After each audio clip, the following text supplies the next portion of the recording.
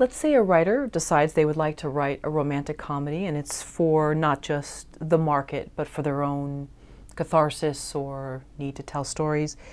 So what should they know before they even put one word down on a page about writing romantic comedies? I think in writing romantic comedies, one of the most important things to remember is that it's a three-part trip. Now, not necessarily 3 acts, but there are 3 things that need to happen. This is the genre. Boy meets girl, boy loses girl, boy gets girl back. You gotta have all that. Now, or it can be, girl meets boy, girl loses boy, girl meets girl, boy meets whatever. But you need to have that initial spark that we see them feeling for each other. And we go, yeah, there's something there, even if they're both fighting it, right? You're not my type. Oh, no, never go with someone like you. But oh yeah, sparks are flying. And then there is that split. And it looks like it's over. And then we spend quite some time watching one of them, at least, try to figure out how to get the other person back. So it's that struggle, if you will, to regain or to claim what you saw in that first part of the film. And then the third part is the re-engaging and seeing how that works. Now, in romantic dramas, the third part might not end well. It might be a tragedy, and they don't get together. But even then, you want to feel that you know what they have lost. Now, in a romantic comedy, we want them to get back together. This echoes, interestingly enough, the myth of Orpheus and Eurydice.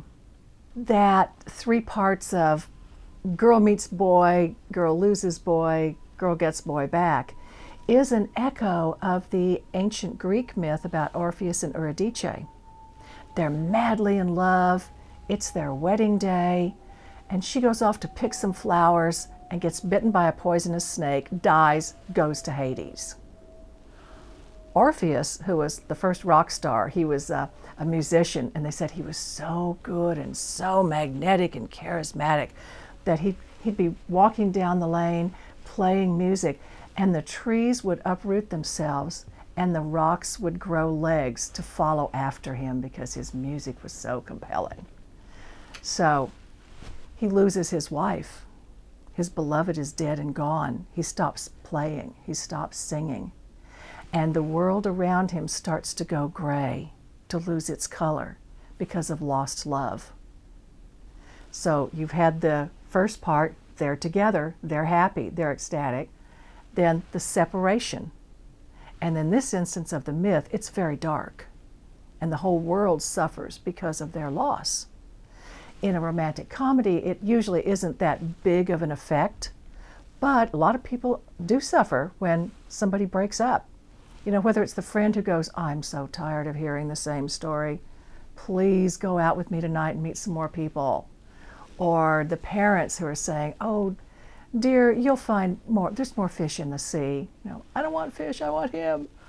So that separation then reflects that myth.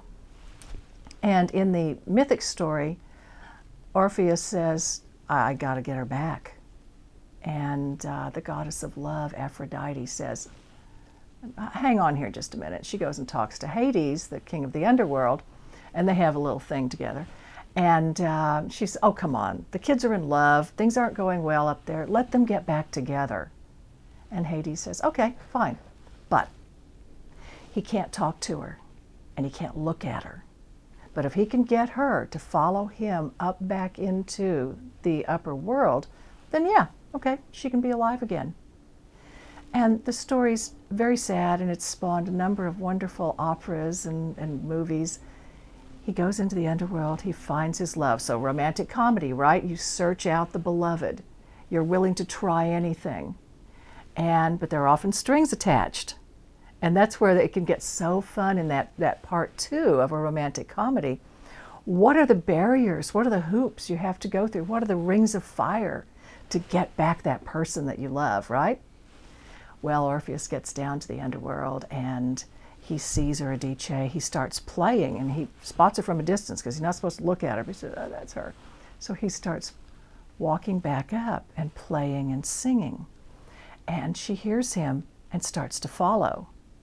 But, and here's where you also find a great echo for your romantic comedy scripts. On the way up, she keeps saying to him, Orpheus, is it you? Won't you look at me?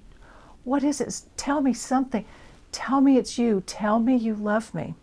But he can't. He can't, or it'll ruin everything. Now, in some of the stories, he just can't resist, and his heart is breaking. So he turns around and looks at her and holds out his hand. And even though he's made it over the threshold of the underworld, she hasn't, and she gets zapped back down, and they're separated forever. Now, that's a tragedy, but in a romantic comedy, we're going to do the other version. And in that version, Aphrodite goes back to Hades, and she says, oh, seriously? Come on. I mean, they were that close, and the kids are in love, and you know what love does, don't you? And so Hades goes, yeah, okay, fine, take her. So Orpheus and Eurydice get reunited. So we have that tragedy as the format, the mythic pattern for romantic comedies.